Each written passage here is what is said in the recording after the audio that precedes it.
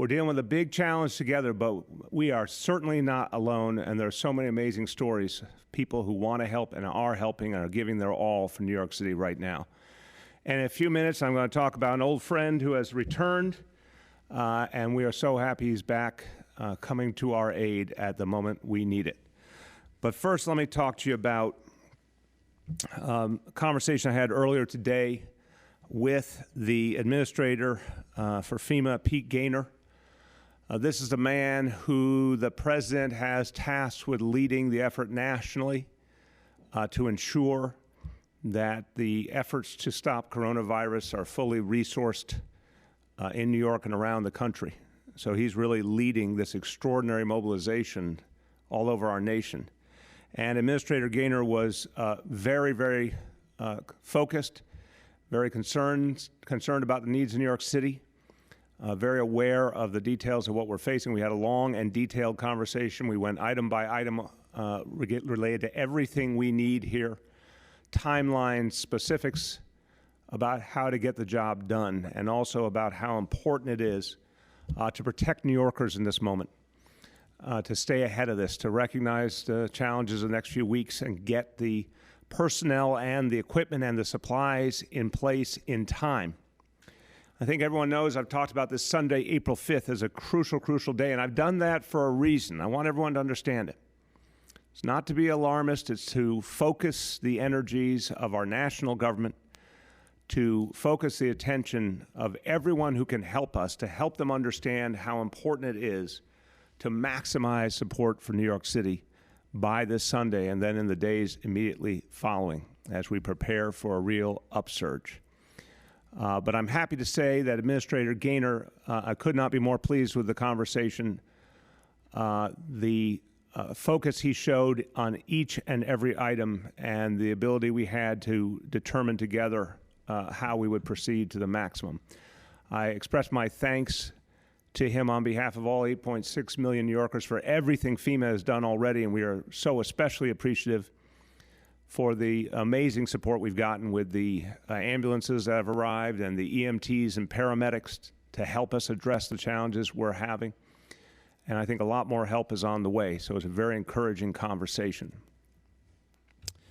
Now, I'm going to talk about our immediate needs, and I'm going to give you some real detail about what we need in the coming days. And then, of course, I'm going to be talking about the important work that Jimmy O'Neill is going to be doing starting immediately.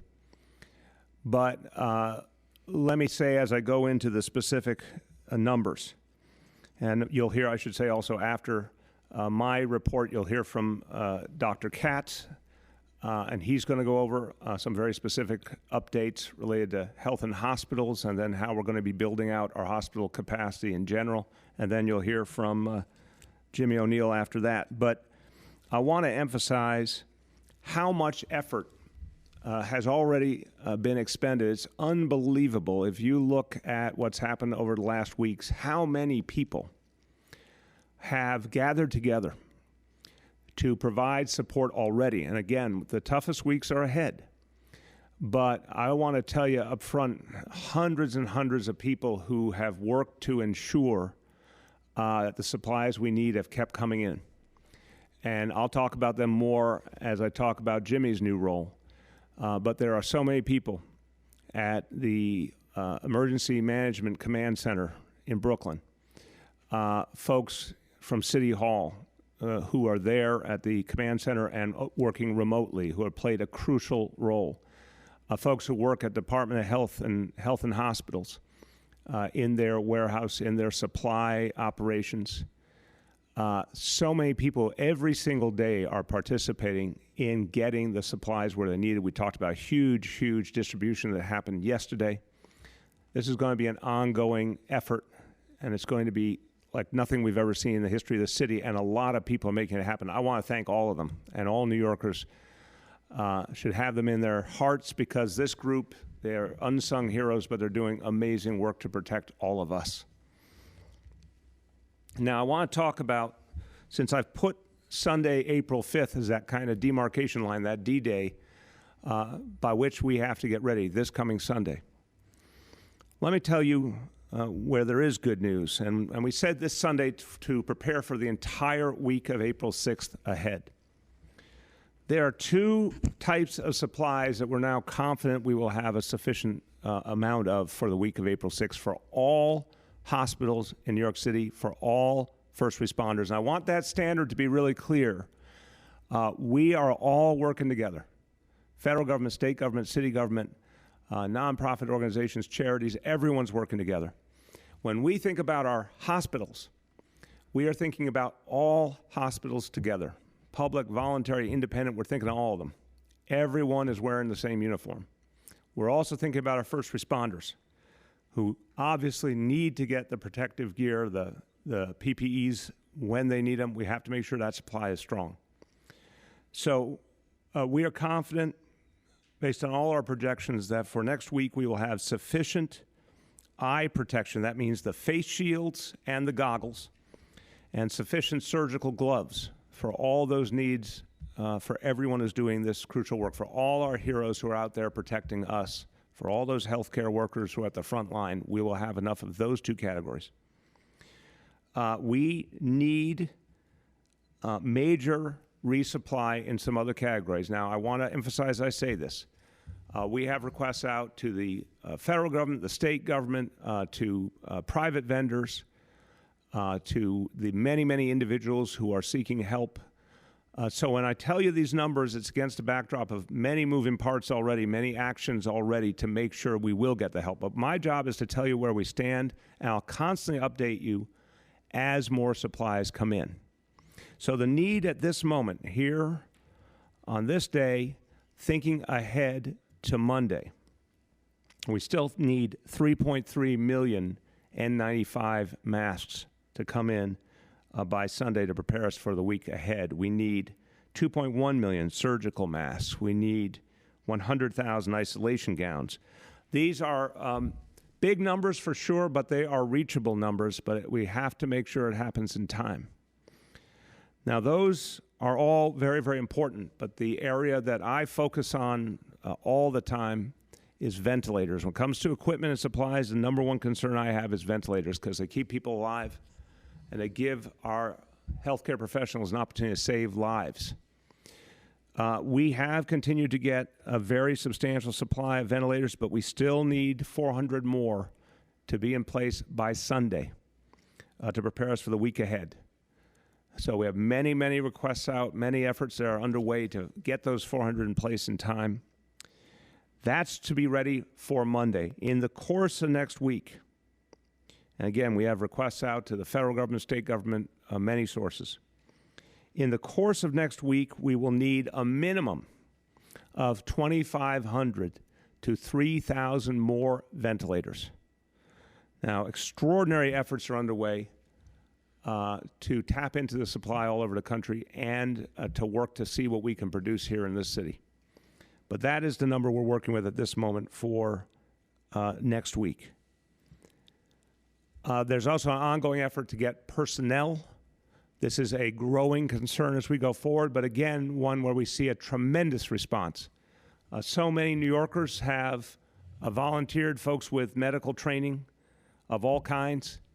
More and more volunteering come forward. They're being acted on right away. We'll talk about the many people who have been found, medical professionals been put under contract, who are joining us rapidly, and the request that I've made to the White House and the Pentagon for over 1,000 military medical personnel.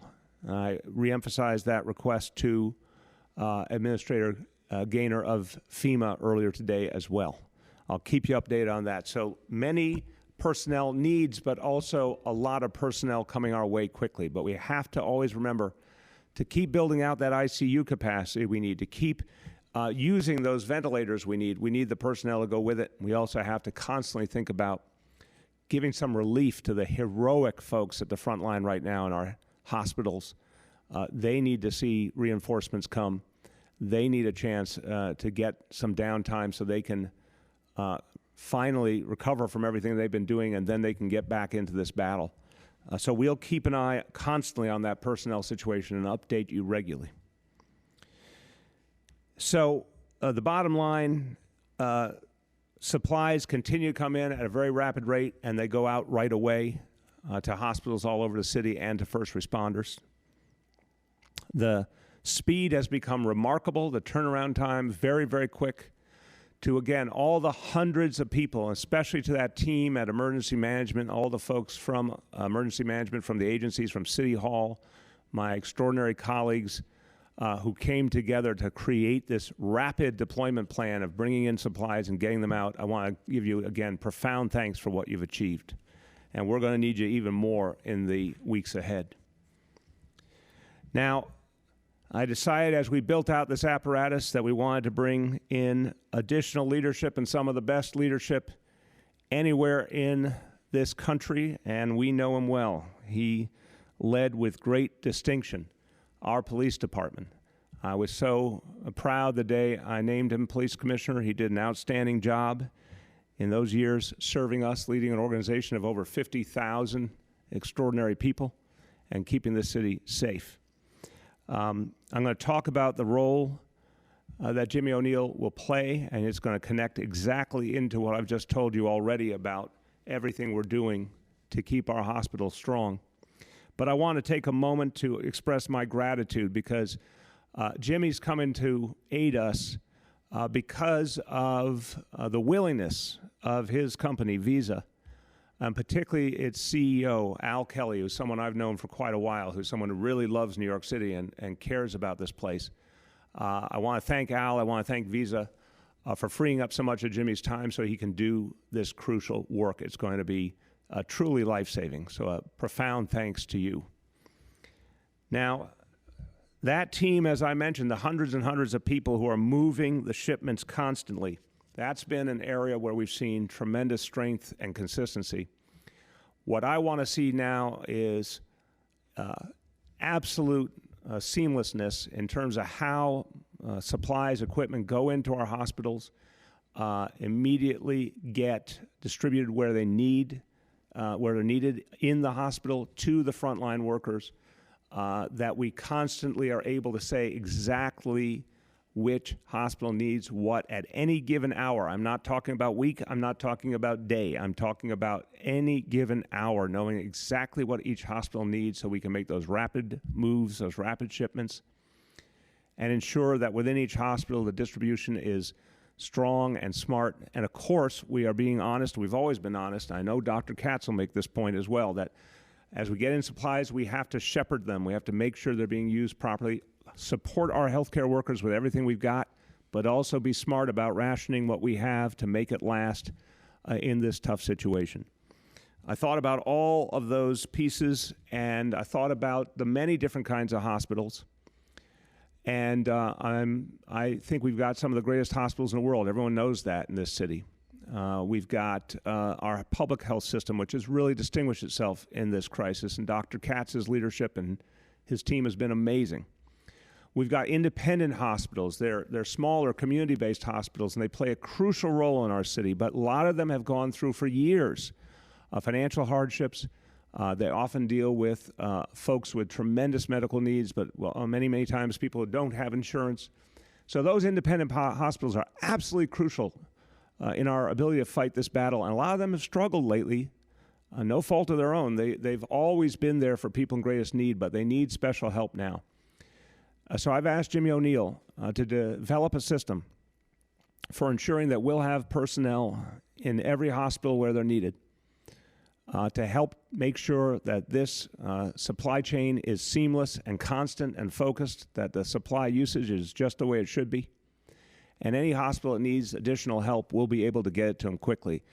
Jimmy will assemble a team with folks from City Hall and other agencies so we can have that presence in the hospitals. And it will allow us to have a much faster, more precise communication and get people what they need when they need it. So I'm very, very appreciative. You'll hear from Jimmy in a few minutes. And now I want to talk to you about looking ahead this whole month of April. I've told you what we're trying to get done by Sunday. I've told you how we see next week. Next week's going to be a very difficult, intense week, and yet the preparations are very, very strong for next week as well. We'll keep updating you on that. But here's the overall situation. We've alluded to it many a time, but I want to just remind all New Yorkers about this. We're always going to need more of that supplies, that supply chain I talked about. We're going to need the masks and the N95s and the gloves, the gowns, all that. Every single week we're going to need more of that. We're going to need the ventilators especially, and that number that I've said from the very beginning, 15,000 for New York City, that number is a very specific number based on the projections we've had. That number continues to be the right number. I've told the President of the United States and everyone else I've spoken to in the federal government, that is the true number. And the second we don't need all those ventilators, we will happily share them with the rest of the country immediately. When it comes to hospital beds, again, the goal is to take the 20,000 or so. We started with the month of March with the normal complement of hospital beds in this city that were staffed with professionals all over our hospital system. Those 20,000 are increasingly going to become all ICU beds over the month of April. That's what our hospitals will be for more and more, taking on the toughest COVID cases at the front line.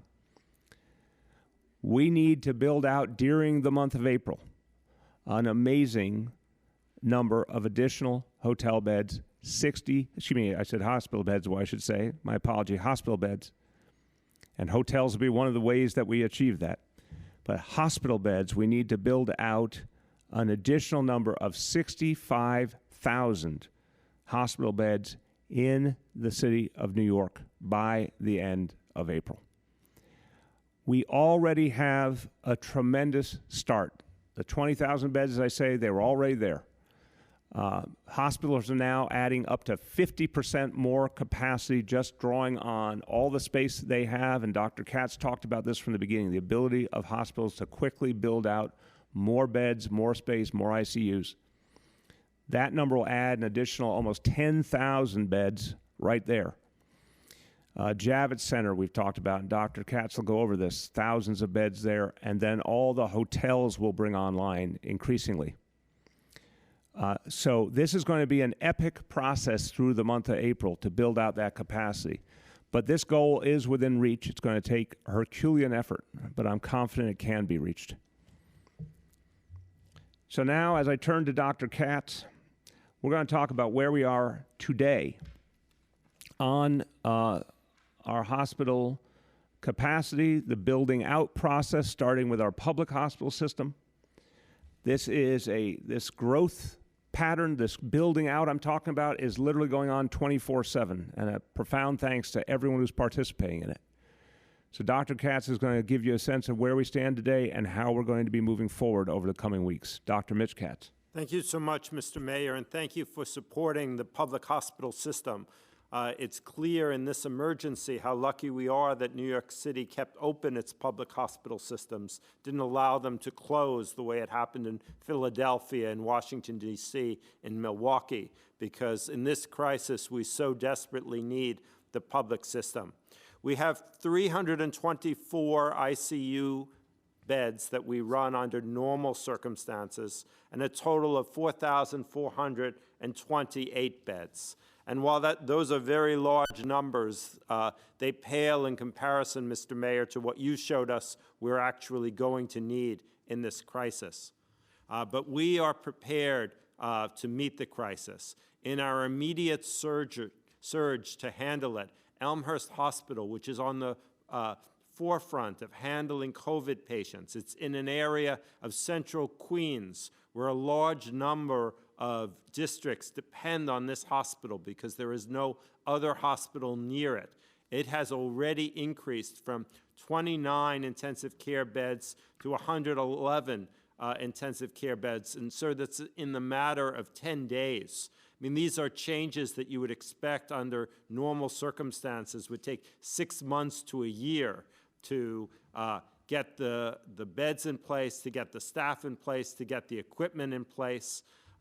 Every single one of these beds represents a courageous nurse taking care of the patients, courageous physicians, and all of the support. Intensive care patients need a great deal of support from pharmacy, from transport, from radiology. It's a tremendous effort to take care of each intensive care unit patients, and yet Elmhurst has magically gone from 29 to 111 beds. At Lincoln Hospital, they've grown their ICU from 34 beds to 114 beds, with 30 more coming there.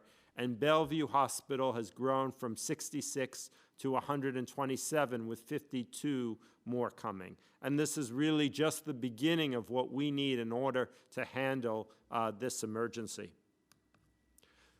We have, in order to deal with the fact that COVID-19 patients have not appeared evenly across our system as the epidemic hits different parts of our city at different moments. Also, we recognize that some areas of our city, like Queens, have markedly fewer hospitals. So it's not just Elmhurst Hospital, but Queens Hospital that has also been hit extremely hard by patients and very sick patients. So in order to be able to do this, we have transferred 193 non-ICU patients and 43 ICU patients from the hospitals that have been most affected and moving them to hospitals where we've had greater capacity in the last few weeks. So we've been moving patients to Coney Island Hospital, to Jacoby, to Harlem, to Metropolitan, and the North Central Bronx have all taken patients in order to make sure that we are able to provide care for every patient who needs it. Every hospital, and I speak to them every night, knows exactly what space they're next going to open during the night. We've seen a large number of patients needing intubation come in the evening hours. So we open the units often in the middle of the night in order to accommodate them. But in every case, we know what those surge wards will be. It fits with the very plans that we started working on in January and February when we first saw the data coming from China. We recognize, Mr. Mayor, that while these are huge efforts, they won't meet the needs as you've outlined them to New Yorkers. So in the short term, we're going to bring on an additional 762 intensive care beds for a total additional beds of 2,466. And again, while these numbers are astronomical, they don't add up to the numbers that you showed New Yorkers of what's going to be needed. We intend to convert all of the hospitals into intensive care units because an intensive care patient relies tremendously on the ability of the laboratory, on the pharmacy, on equipment, radiology. You cannot create an intensive care unit, a bed, in a hotel. But what we can do is turn our facilities into large intensive care units and then use the hotels and the other alternative facilities for medicine patients who do need support but don't need the same level with ICU need. This is going to require huge influx of equipment and even more importantly of staffing. The issue is not one of spacing, and we've said this right from the beginning. There are many places in New York City that would be available to create additional space. The challenge is having the staff, having the equipment, and in the case of intensive care units, having all of the other services that would be necessary in order to keep people alive. So it's our commitment to you, Mr. Mayor, that we are going to do everything working with you and all of the great people in New York City to achieve this. In order to reach just what we've done so far, we've added 165 physicians, nurse practitioners, physician's assistant to the system. We deployed 1,000 registered nurses. We have another 1,000 registered nurses coming within 2 weeks, and we've added another 350 physicians, nurse practitioners, and physician assistants that will be coming in the next week. But this will still, again, not be sufficient. We will need a great deal more staff than this to be able to successfully increase by the number of intensive care beds that New York City is going to need. We are doing everything possible to support the incredibly brave nurses and physicians and support staff of every kind who are working long hours, often watching their own coworkers become ill. It creates a tremendous sense of distress to both be working hard and know that coworkers have gotten sick, but people are bravely working on. We want to do everything possible that we can to support them. We're making sure that there is COVID-19 testing available free for any of our frontline personnel. That's starting at our occupational health clinics. We've received more than $1.6 million in donations to provide comfort items to our frontline staff. They can't take any breaks to go out to get food. That's not even in our rule book about how you get through these kinds of crises. So having people give us donations so that we basically can bring in food for all the shifts of workers. People do need to eat, and we are very grateful.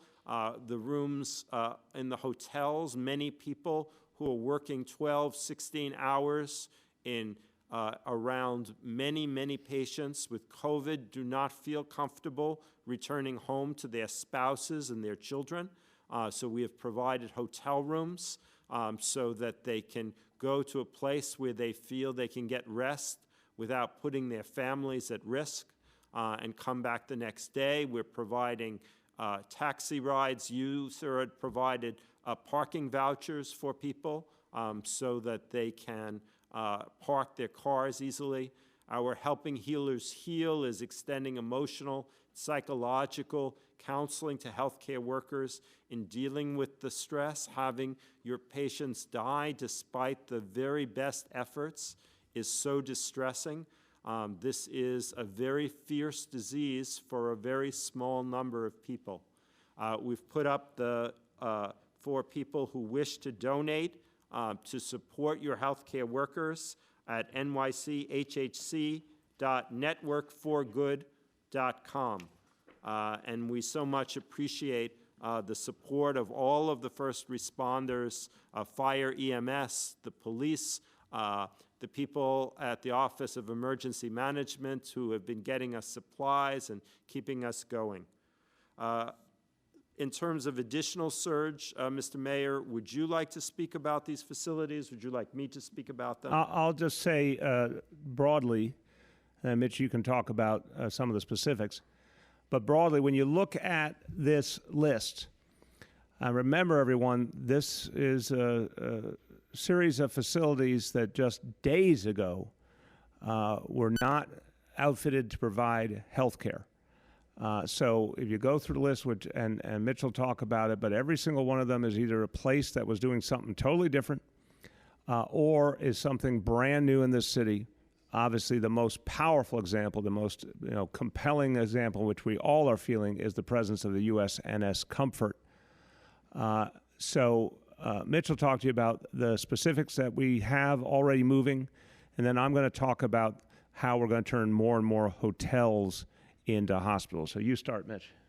Sir, I had the pleasure of going to Javits Center and seeing a tremendous number of staff who are willing and able to take care of patients to help us to unload our hospitals so that we can focus on the intensive care unit of intubated patients located on the west side of Manhattan in Phase 1. 1,000 medical surgical beds are currently available, with another 1,500 medical surgical beds to come in late April.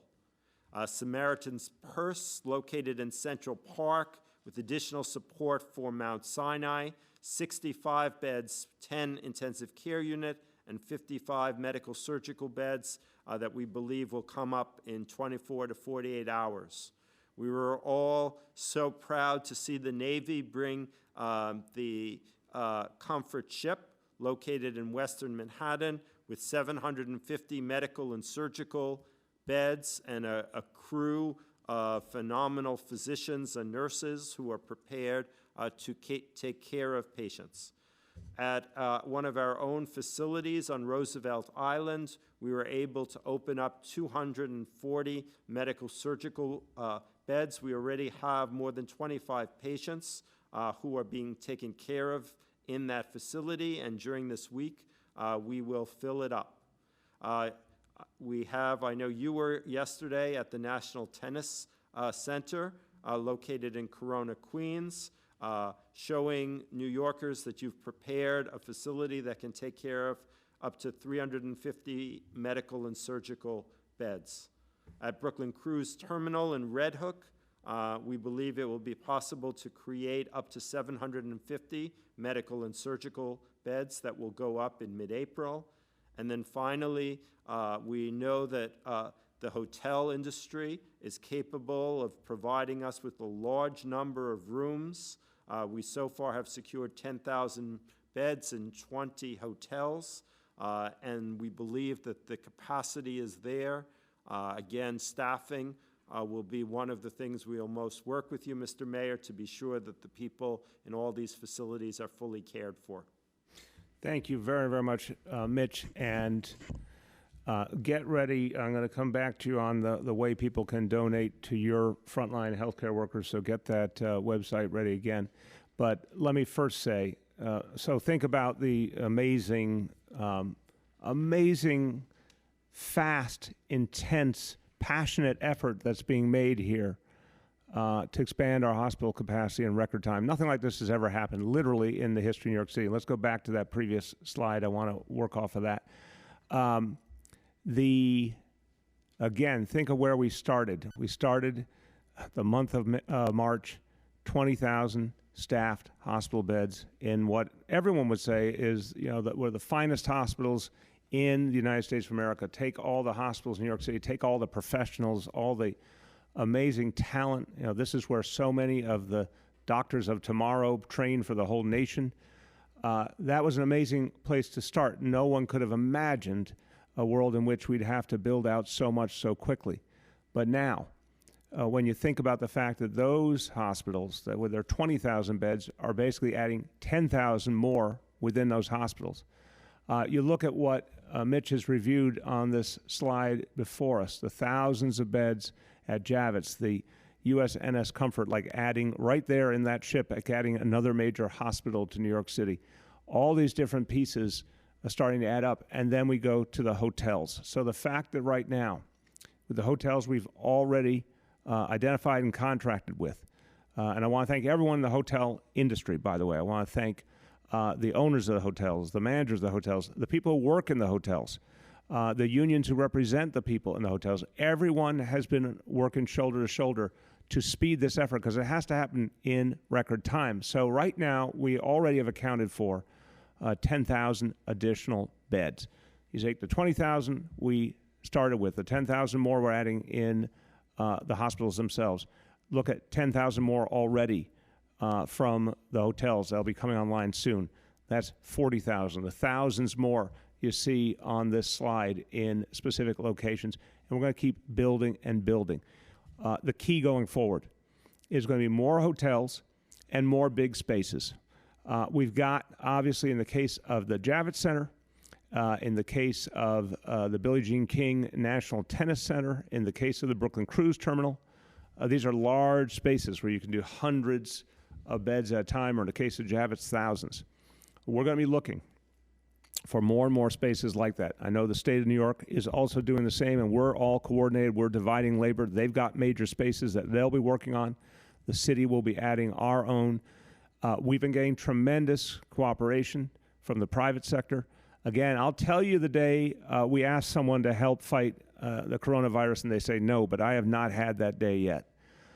So in terms of finding the additional beds we need, we believe there's enough major venues, bigger spaces in New York City that we can retrofit. And we can do that quickly. And we're working with folks in the construction trades, contractors, folks in real estate. They're all saying yes. They're all quickly helping us get this work done. And then those hotels. And I'm very, very sorry for what the hotel industry has been through in this crisis. A lot of people have been put in a tough situation to work in our hotels. They're obviously struggling. But what it has meant at the same time is a huge number of hotels have become available to the city of New York. And literally, we can go in and lease an entire hotel building, and we can do that dozens and dozens and dozens of times until we get to the point that we have all the beds we need. So that is the game plan. It's going to be furious and intense, but we're going to get it done, and I'm so grateful that everyone's a part of it. As I say a few more words, and then we'll turn to Jimmy, I want to remind people, again, if you're able to help our frontline hospital workers, these heroes have been doing so much, and Mitch's folks in the public hospitals have borne the brunt, and they've done amazing work. Mitch, one more time, what's the website people can go to if they just want to give those direct donations, the food and the other things that'll help your heroic workers get through the day? What's that website again? Thank you, Mr. Mayor. It's nychhc.networkforgood, all one word, .com. Say it one more time. nychhc.networkforgood.com. All right. And then to all New Yorkers and anyone in the country who wants to help New York City with equipment, with supplies, who wants to volunteer their time, reminding you, anyone can call 833-NYC-0040. 833-NYC-0040. And we are so thankful for the help. So let me pull this all together. I think we've known for a long time that New Yorkers are the strongest, the toughest, the most resilient, and in a crisis, we show what we're made of, and it's happening again in an amazing way. I don't have to say again what our doctors and nurses and healthcare workers are doing, our first responders. They've been exemplary. Our companies, the private sector has stepped up in a huge, huge way, donating so much to help our frontline heroes. What's happening now at the Brooklyn Navy Yard is an example. It keeps coming back to me, really touches my heart. And please go see the video that we've had on my Twitter feed on this at NYC Mayor. It's unbelievable to see a wartime factory in the Brooklyn Navy Yard making those face shields to protect our healthcare workers and our first responders. And there's more going on in the Brooklyn Navy Yard we'll be talking about in the coming days.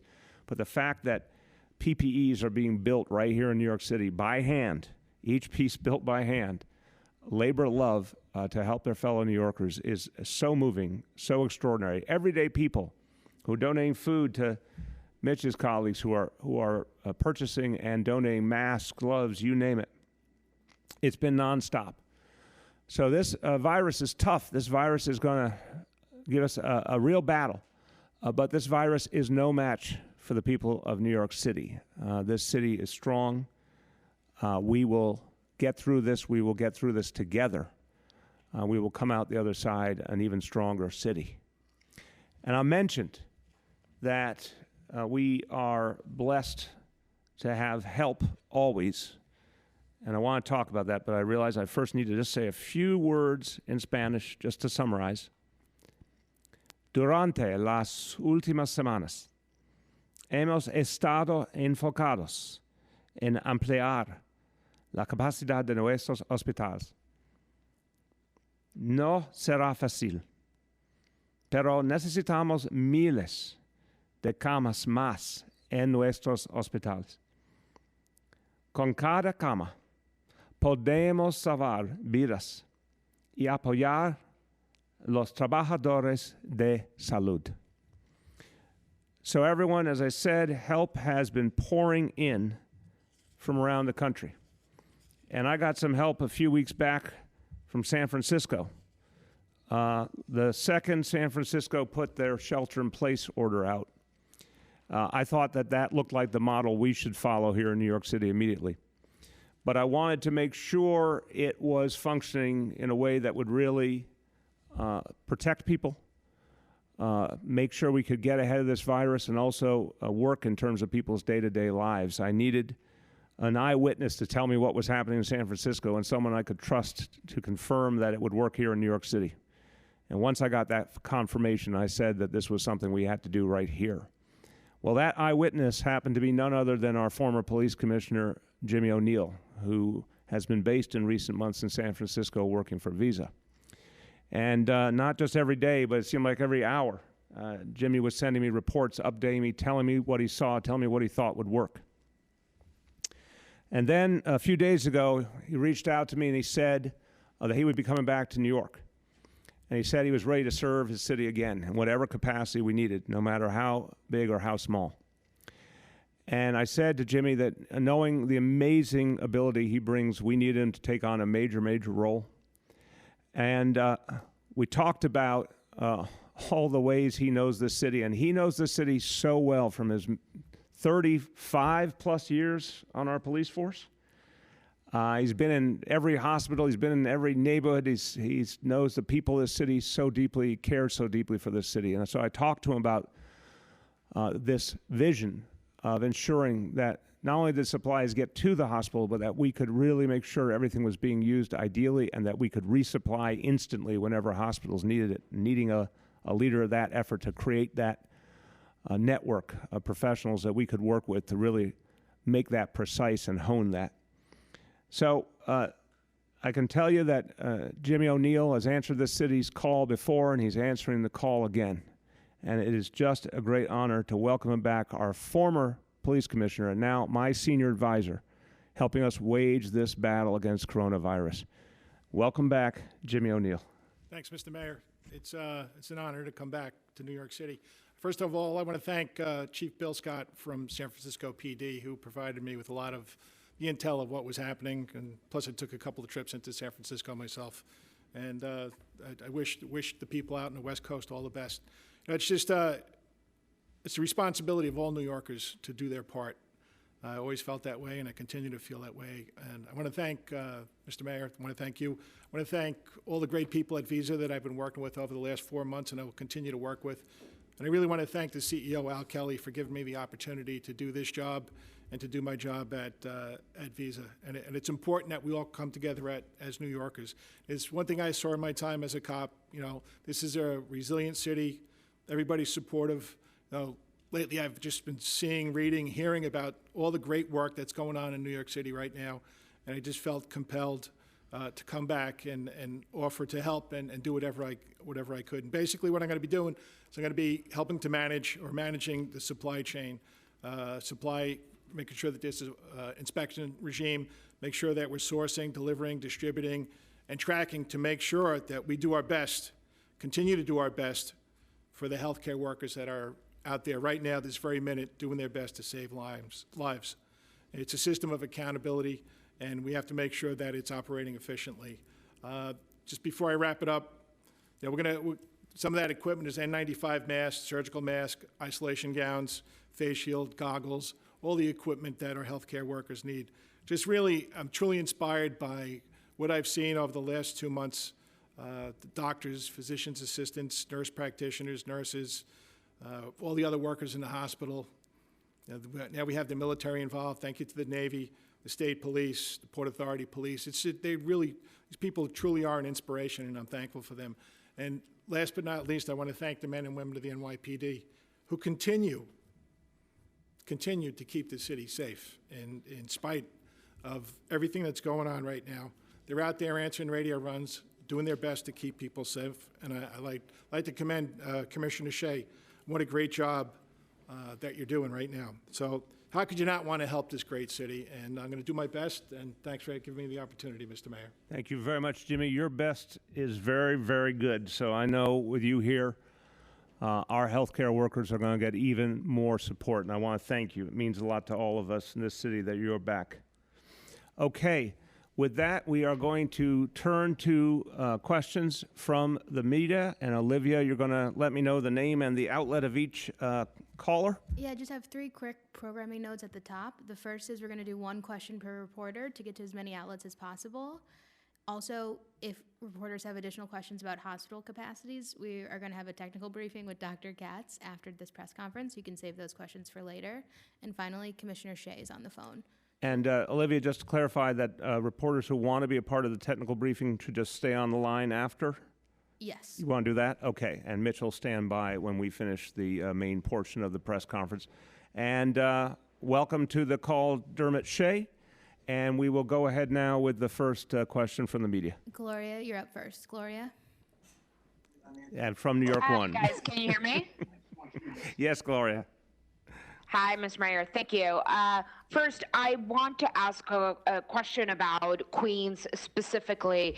And I know that you have been talking about the increased cases that we are seeing there. But I wondered if for Dr. Katz, if there's anything that you guys as health professionals have found about why there is such a concentration in Queens specifically. And I understand you mentioned today the lack of hospitals, but is there anything else to it? We have been getting some reports today about the situation at Elmhurst, specifically about the lack of ventilators. And I'm wondering if there's any detail from today that you can give us an update on in terms of what the current status is there as it pertains to ventilators at that hospital. For the ventilators, there are enough ventilators right now for Elmhurst and all of our hospitals. As the mayor has been very clear, we have enough ventilators in New York City until Sunday. Beyond that, we're waiting to get help from the federal and state governments. I think any time people, and we've had at various times at various hospitals, people think that there aren't enough ventilators. That's because at any one area of the hospital, such as within the emergency department, they may not see all of the ventilators that are there in the hospital physically.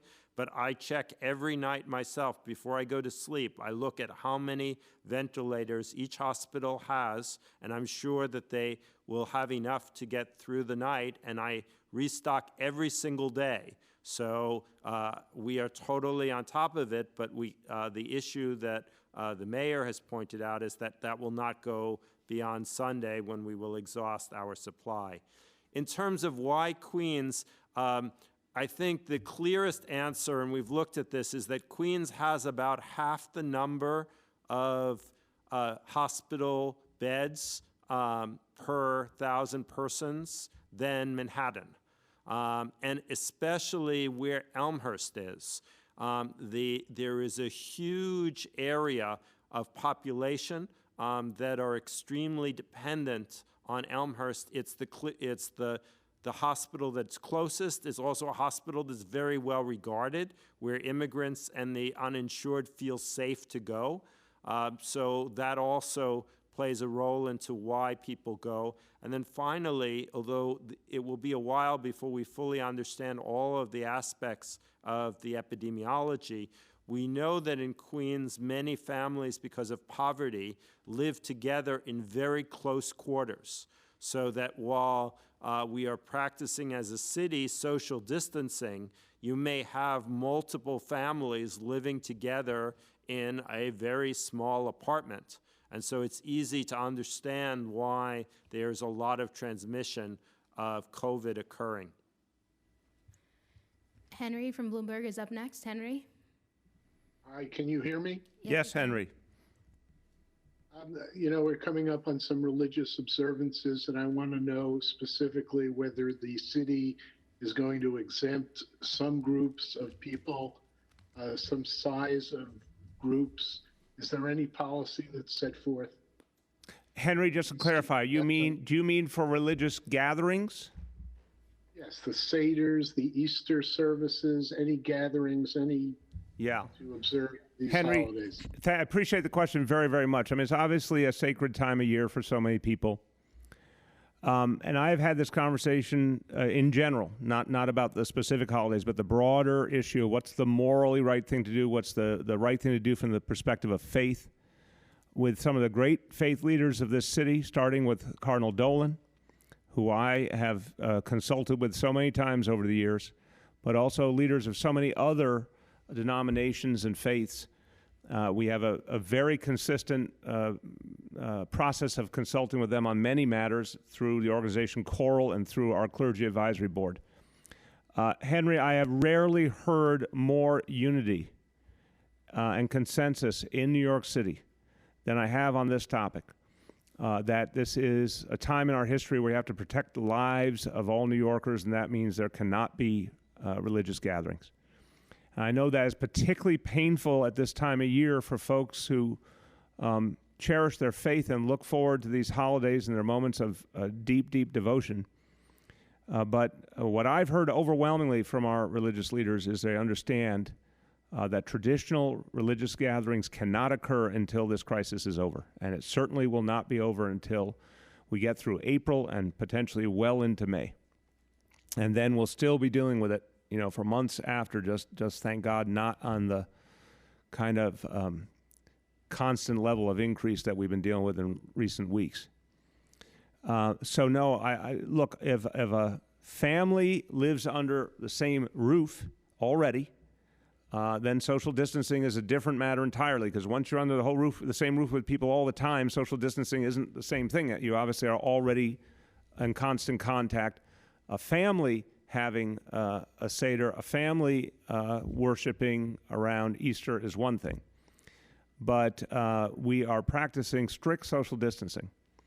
And I would just be very, very careful about doing anything outside a family unit. I don't think we want to see any kind of gathering. The idea is that at this point in our lives, we're just staying very tight with our own families, and that is the safe way to observe faith, and that's the safe way to go about life. So that's the guidance we're giving. Julia from the Post is up next. Julia? Hi, can you hear me, Mr. Mayor? Yes, Julia. Hi, so on playgrounds, 24 hours ago, a little over 24 hours ago, you said that there was largely compliance in terms of social distancing on playgrounds, and your goal was to try to preserve as many as possible if people follow the rules.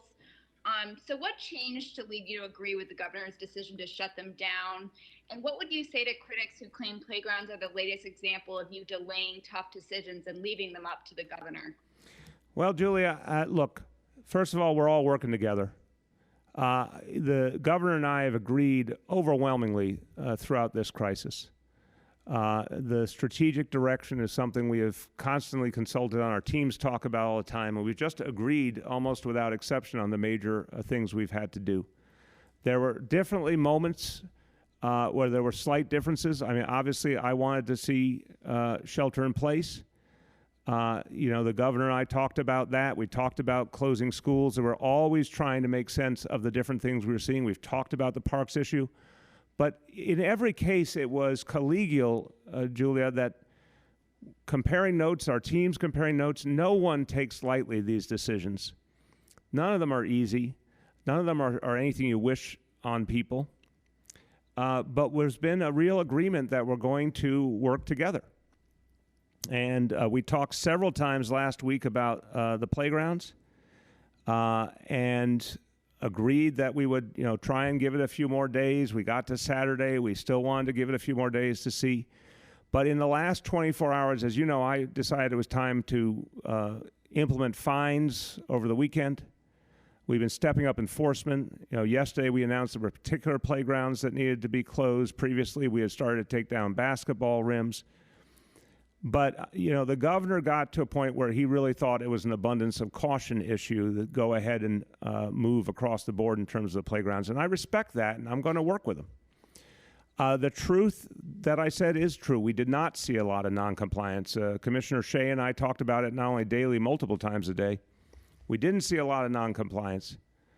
But I do appreciate that the governor at this point thought, this is a good one to take an abundance of caution. And I respect that, and we're always going to seek that consensus.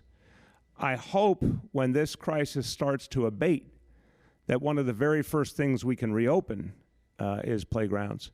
But that's obviously a ways in the future. Rima from Chalkbeat is up next. Rima? Hi, Mr. Mayor. Can you hear me? Yes, Rima. Okay. So as you know, the state lawmakers are trying to nail down a final budget. And, we just got a chance to look at school aid. Looks like you probably already know this, that New York City is set to receive nearly this same money that they have this year. Part of that, about $717 million, is from the federal stimulus package. So, we're still waiting for them to vote on a final budget, but I remember earlier in the year, you and Chancellor Carranza were saying that the governor's proposal was actually still $136 million less than what needed. So what I'm wondering is this budget, if passed as is that going to force New York City to look at layoffs or other kinds? And tell me more about that. Yeah, Rima, let me respond to. I heard your question pretty clearly. Just so you know, your line was kind of skipping in and out, but got enough of your question. What we said back in February was true, that the budget as was proposed then was going to lead to the need to cut the budget for the New York City public schools, and I was very worried about that, and Chancellor Carranza was as well. Obviously, the world is entirely different. I think about that day I gave my testimony up in February up in the Albany. That seems like a century ago. We've all gone through so much. So the budget as proposed, it does not shock me that the governor felt, and the legislature apparently also feels, there wasn't an ability to even keep the schools the way they were, practically speaking, that we're going to take another hit here. How can anyone feel good about that? But we don't have a choice at this point. It's just the reality we're dealing with.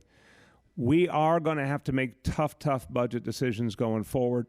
I've announced a $1.3 billion initial PEG program, and I've said very clearly that number will go up.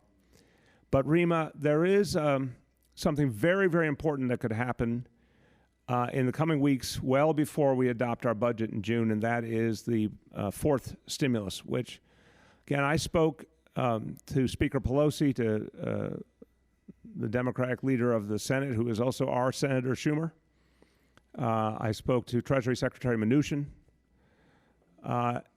There's a clear understanding there's going to be another stimulus bill, and that one of the elements of that stimulus bill will be aid for localities and states. And I think that has to be money to make up for all the massive expenditures that we're putting out to protect people from coronavirus, but also all the lost revenue, because we need that money back to keep basic services going in the city, to make sure that everything people depend on, our police, our fire, sanitation, education, hospitals, parks, that everything can keep going. Because I keep saying, if we're going to have a recovery, it will be because our hospitals are functioning, our city governments are functioning, our state governments are functioning. If we don't have all those things, we're not going to have a recovery. And I do believe that our colleagues in Washington understand that. So I'm very, very hopeful that those resources are really going to help us out and help us avert bigger cuts before June. Katie from the Wall Street Journal is up next. Katie? Hey, everyone. I wanted to ask if Dr. Katz wants to weigh in, and you too, Mayor de Blasio. You laid out why Queens was hit so hard, but I think the stat there that's so alarming is that there are so few hospital beds. So if Dr. Katz, you want to talk about why this is, I'm sure, we can get into state funding and that, but also for the mayor, of how many hospitals in Queens, private, but still hospitals, have closed when you were as public advocate and mayor, and the actions the city could have done to keep these hospitals open. Katie, it's a good question, but I will also say the obvious. In the middle of a crisis, it is not unfair to say, what could have been done way back when on issues like hospitals. I mean, I felt for years and years, long before I became mayor, that the city had ways it could have intervened to stop some of these closures, and the state as well. But they did happen. And the issue now, of course, is to take everything we have and use it as well as possible, and then continue to build out from there. So I would take, before turning to Mitch, I'd say, Katie, I think the meaning I would take from your question is not can we, I know you're not suggesting this, but we can't go back in time and undo what was done over the course of the last 20 years. But we can learn the lesson going forward. And I think what we're seeing in this crisis is a very profound lesson to our city of what we're going to need in the future, our state, what we're going to need in terms of healthcare in the future. In fact, this is a moment in history we're going to have to invest more and more in healthcare. We have to make sure that folks get covered. I mean, this crisis has been a powerful message to us about the need for universal health care. We're going to deepen, as we recover, we're going to deepen our efforts with NYC Care and with guaranteeing health care to all New Yorkers. We need to push for universal health care around this country. This crisis is a powerful illustration of if we don't get this right, there's going to be other challenges ahead that could be even worse. And it's a real wake-up call to our nation. I've now talked to every major leader of the United States of America in the last few weeks, and we are all scrambling to find ventilators, among many other items. There's no conversations have been more powerful than with our military leaders, who I think also are coming to a deeper realization of what it's going to mean to protect our national security in a different way, which is our healthcare security going forward. I think when we get through this crisis, this country has to reassess everything, starting with what kind of a stockpile nationally we're going to put in place of ventilators, of equipment, supplies, how we're going to build up a national healthcare core that's much, much deeper than what we have now to prepare for the future. So I think there's a lot that has to change when we get through this crisis, and I think it's a wake-up call for this city, this state, and this country. Mitch? I would just add, Mr. Mayor, that when I first came to New York City, healthcare consultants told me my focus should be on closing public hospitals because there were, quote unquote, too many empty beds.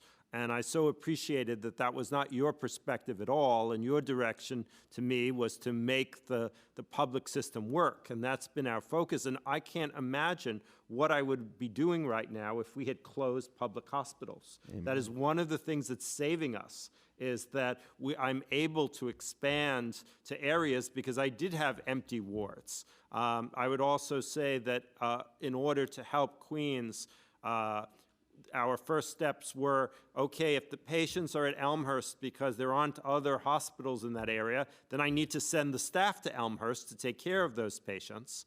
And whenever Elmhurst or Queens has gotten overwhelmed, we have transferred patients out, and that's where the 193 non-ICU transfers and 43 ICU transfers comes from. And again, that's part of, along with checking the ventilators, every night before I go to bed, I look at who is most hard hit, and we determine how to level the patients across our system. Yeah, and I just want to add one more thing, and real thanks to Mitch over the last few years. Mitch Katz took Health and Hospitals, which was struggling financially for years, and put it on a very strong footing financially, managerially.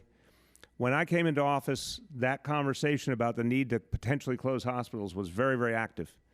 And I remember in budget meetings, people would say, we have to think about that possibility of maybe we have to close some public hospitals or lay off frontline healthcare workers. And I'm proud to say that my administration and I said from day one, we're not going to do that. So we kept every public hospital open. We employed all the healthcare workers we needed. We had no idea there would ever be a COVID-19 crisis. But thank God all of those people, those buildings, everything was in place and ready.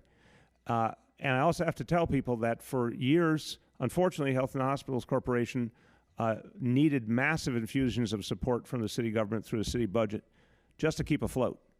While it was being modernized and while it was being improved to be able to deal with the future. And we made that investment. Again, we had no idea what was coming up ahead, but we made that investment because it was the right thing to do. And then Mitch has put this amazing organization on a much stronger footing for the future. So, long answer, Katie, but you raised a very important point. I wish over the last 20 years, there have been moments where there was more foresight about protecting hospitals that we've now lost. But I can at least say from the perspective of the city of New York, in the last 6 years, we made a priority of protecting every single one of our public hospitals. Every single one of our public hospitals has stayed strong, and now we need them more than ever. Shant from the Daily News is up next. Shant. Yeah, thank you, Mayor. I understand the sticking point on the budget in Albany has been making it quote unquote adjustable and giving the governor power to make cuts as he sees fit throughout the year. I just wanted to get your take on the idea of an adjustable budget and if you're concerned that would give the governor too much power. Sean, I would just say this. We all understand it's a crisis, but it's also a democracy and you know, the power of America, the power of New York is no matter what's thrown at us, we stay by our values, we stay by our laws. And so clearly, even in a crisis, there has to be checks and balances. And it's crucial that the legislature have the kind of oversight it traditionally has and has the ability to ensure that it agrees with what the governor's doing. So I understand and I respect that the governor's going to have to make a lot of tough choices in the middle of crisis, just like I'm going to have to. So I want him to have the freedom to make tough choices, but I also believe in those checks and balances as I always have.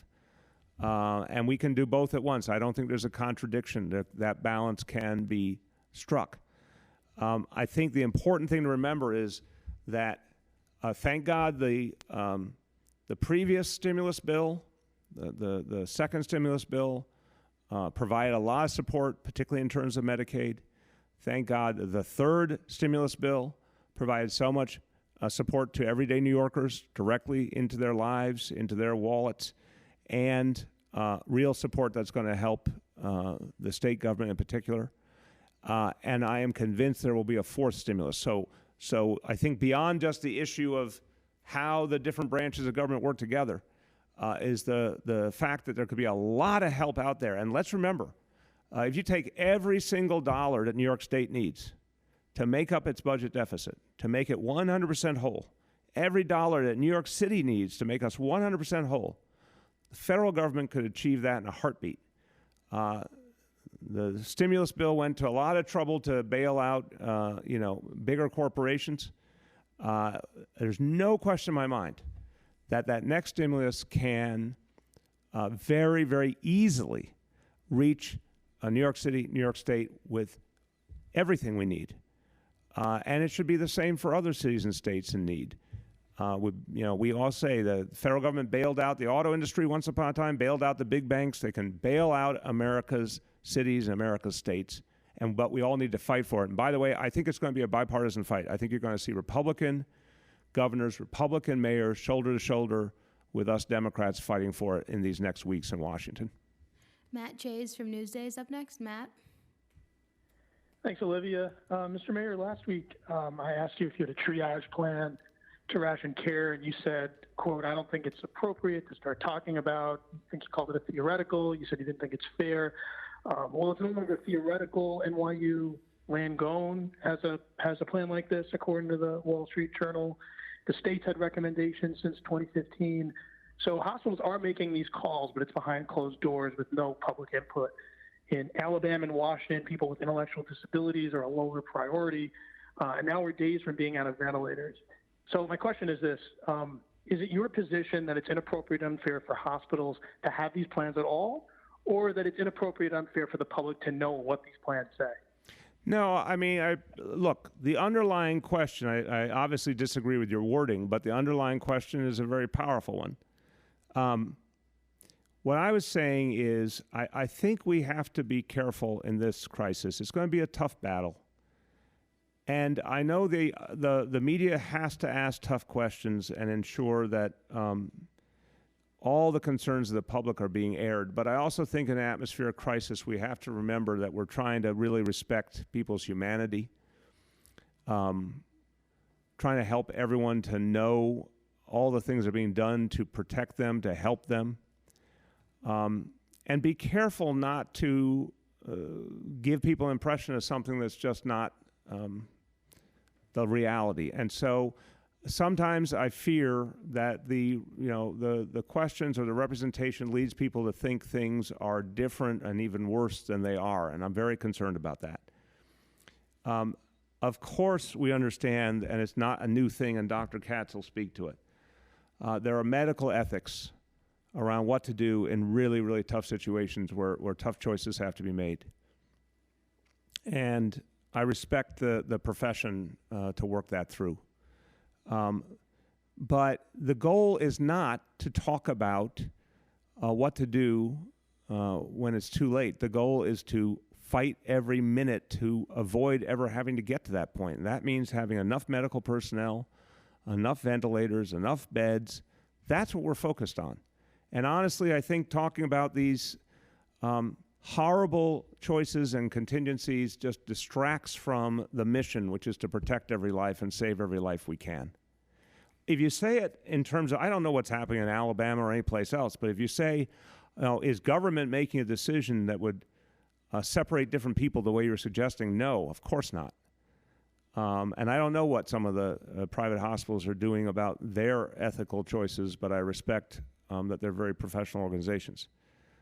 In terms of our public hospitals, in terms of what we are doing as the City of New York, our goal is to save every patient that can be saved, and that's the basis of this fight.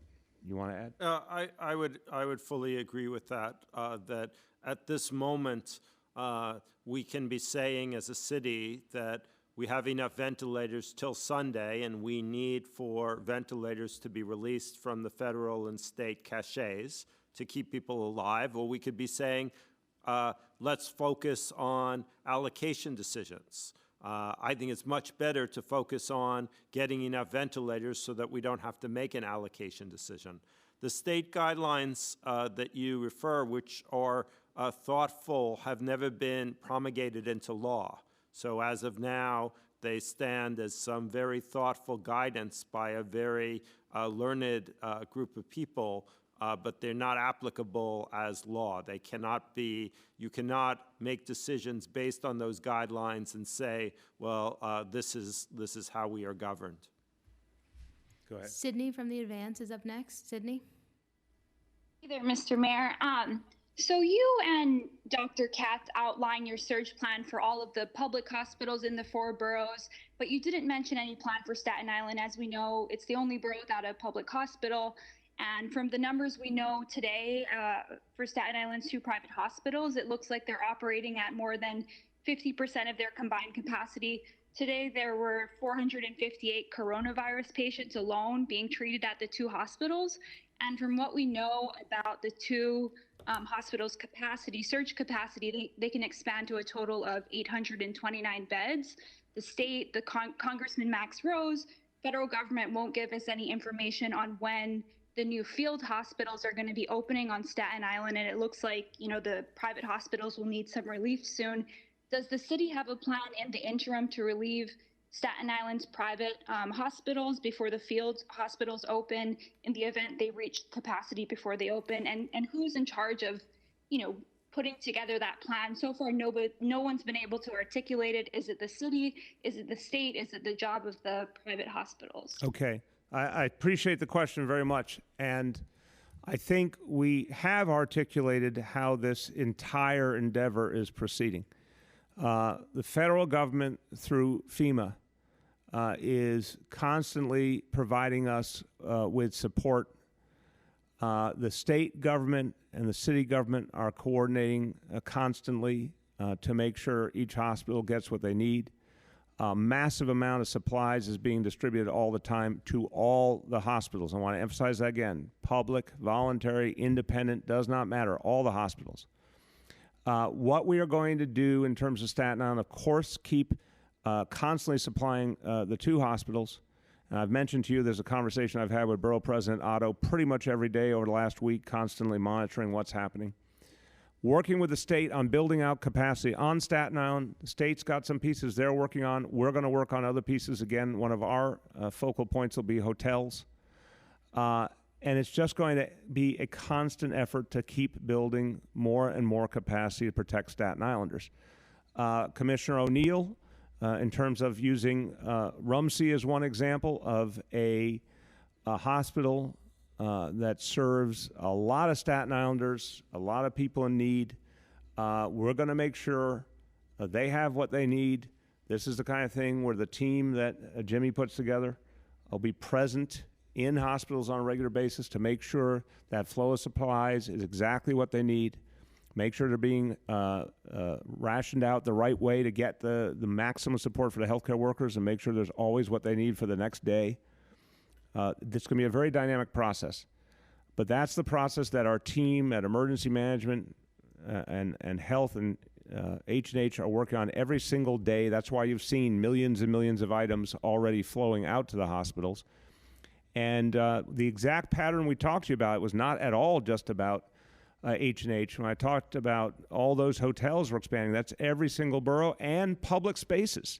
As I mentioned, large public spaces. We're going to constantly find more and bring them online. And Sydney, the amazing thing is how quickly they can be brought online.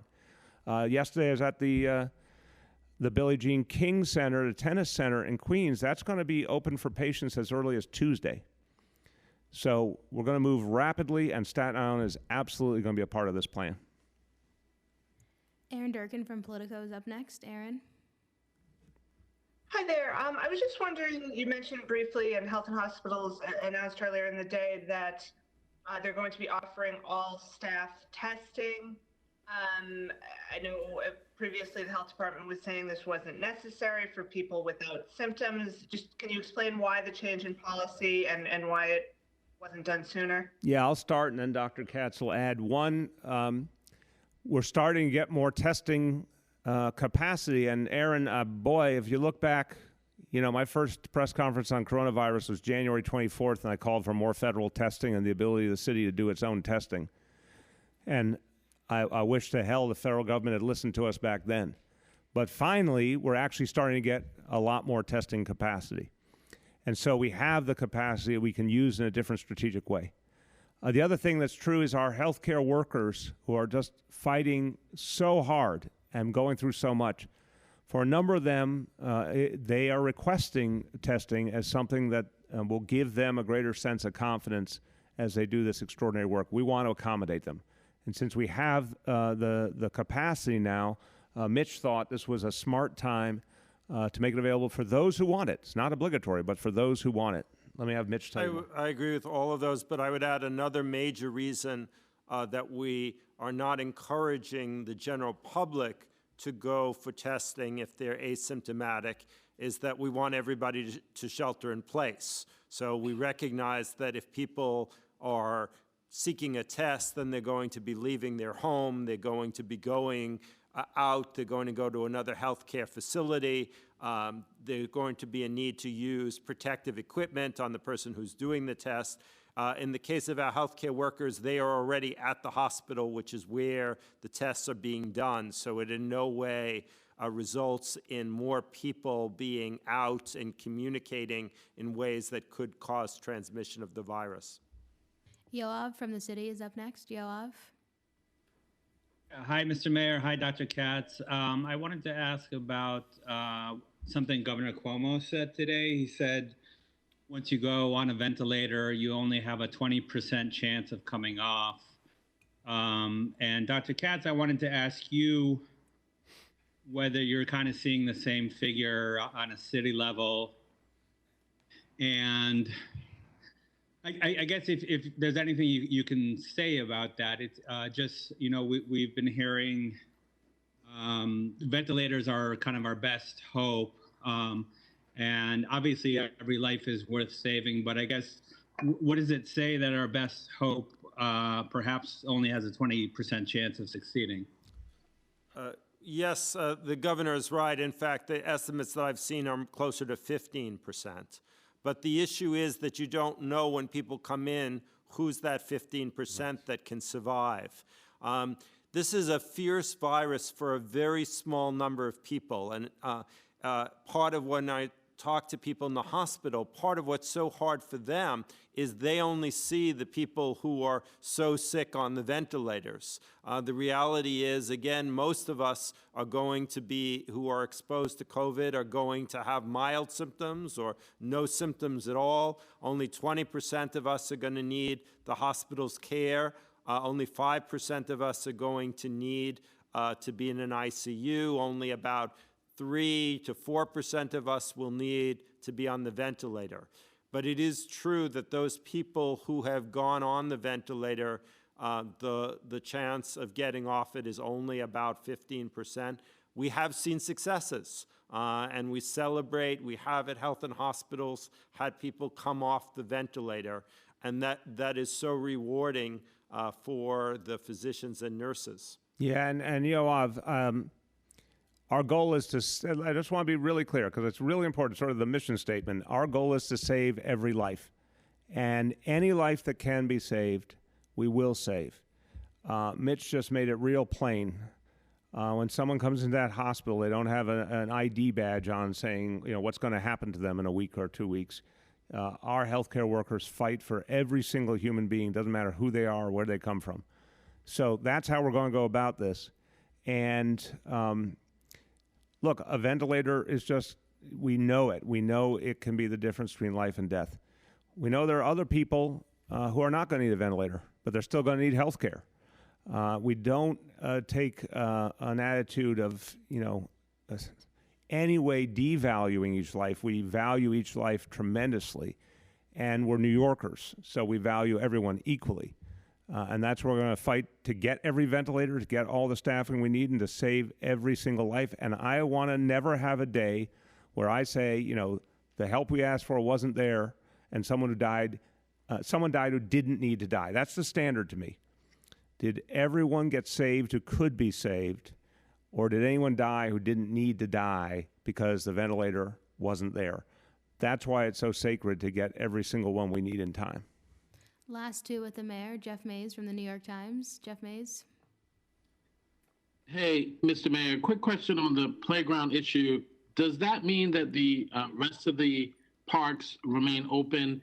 And do you plan to open up any more spaces, such as streets, to allow people to have more space? And finally, are you at all concerned that not making this decision shows that you are slow to make certain critical decisions during this crisis? No, Jeff, just look at the facts, please, respectfully. January 24th, I started fighting to get us the testing we needed and kept fighting throughout February for it. The day that I came to the decision it was time to close the schools, as painful as that decision was, that same night I also made the decision to close bars and restaurants, make them go to only takeout and delivery. Those decisions, closing schools, closing bars and restaurants, obviously way ahead of so much of the country. It was then shortly thereafter, and again, I give special thanks to Jimmy O'Neill, who helped me think through the shelter-in-place issue because of what was happening in San Francisco. I called for shelter-in-place ahead of the vast majority of public chief executives in this nation. So, no, I can make decisions all day long, but there's sometimes, Jeff, where the data tells me that we have an opportunity to try and strike some balance. And again, I have tremendous faith in the NYPD and tremendous faith in Commissioner Shea. And we looked at the compliance levels in the playgrounds, and we did not see a particular challenge. But again, I understand why the state wanted to go to an abundance of caution stance, and I accept it and want to work with the state and always be united. So very, very comfortable that once I think something needs to be done, I will. I remind you this last weekend, saying that any houses of worship still having services, we would shut down and disperse, announcing the fines for folks who are violating social distancing. Not a problem in the world when I think something is justified and we've thought about the consequences, intended and unintended. I will pull the trigger every time when it's time to take the next step. Last call with the mayor, Jennifer from the AP. Jennifer. Hi, thanks for taking this. I know that detailed questions about the H&H surge plan are in the technical briefing, and I appreciate that, but I just wanted to ask you as the mayor, how confident do you feel about getting there? How confident what? Do you feel about getting a number of beds that are needed?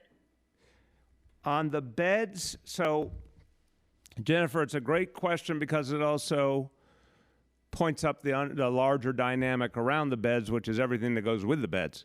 So I'll start, and Mitch can elaborate, and then again, Jimmy and I will leave, and Mitch can stay on for any other technical briefing matters that journalists want to go into. But Jennifer, the education a lot of us have received during this crisis is that all the pieces have to fit if you're going to save every life.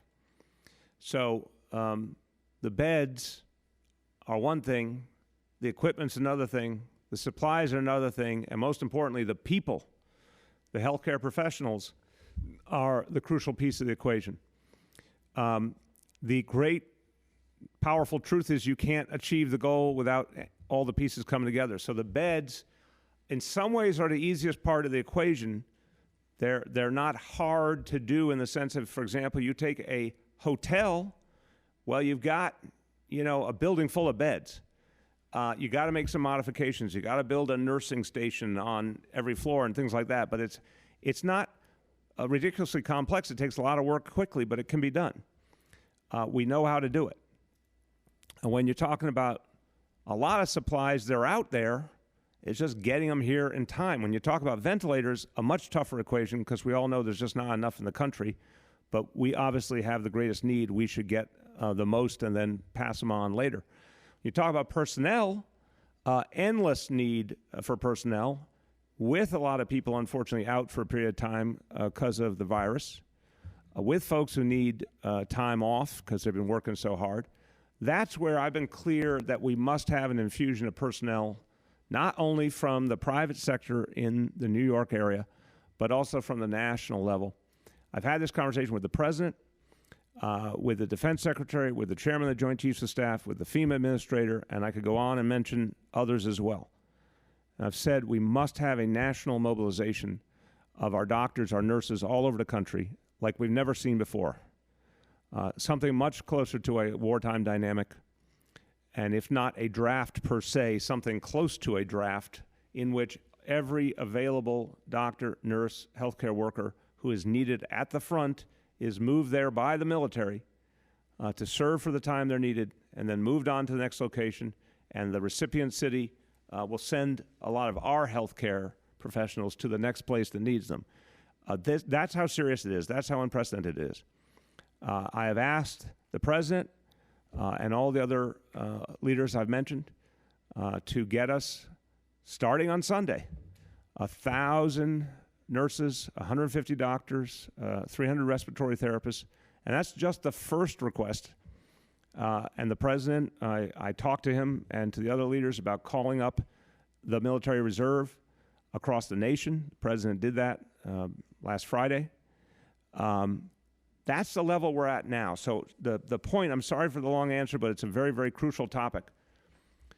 The beds we can do, it'll be a race against time. It'll take a lot of hard work, but I am confident we can get there. But the bed is only as good as the supplies, the equipment, and especially the people that go with it. And that's the tougher part of the equation that we need to see a lot more help, particularly from the federal level, to achieve. Mitch, you want to add? You did it. I did? Okay. Mitch has trained me well. Okay, we'll continue with the technical briefing. Thank you to everyone. And thank you again to Jimmy O'Neill. Welcome back. Thank you so much for all you're going to do for us. Thanks, everyone.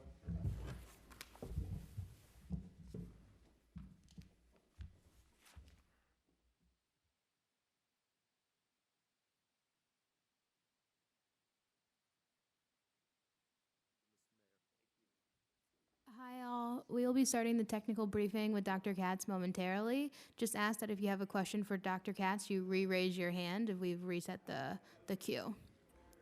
Olivia, would you rather I move there, or does it not matter? Yes?